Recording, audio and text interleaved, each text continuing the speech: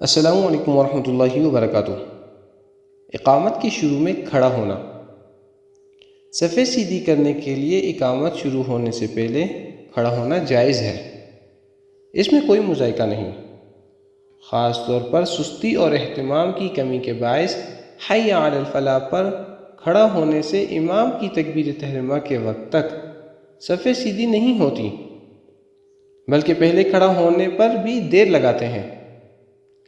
اس طرح اقامت اور امام کے تحریمہ میں فاصلہ ہو جاتا ہے، یا امام نیت باندھ لیتا ہے اور لوگ صفیں سیدھی کرنے کے لیے کہتے رہتے ہیں، جس سے لوگوں کو نیت باندھنے میں الجھن اور تاخیر ہو جاتی ہے۔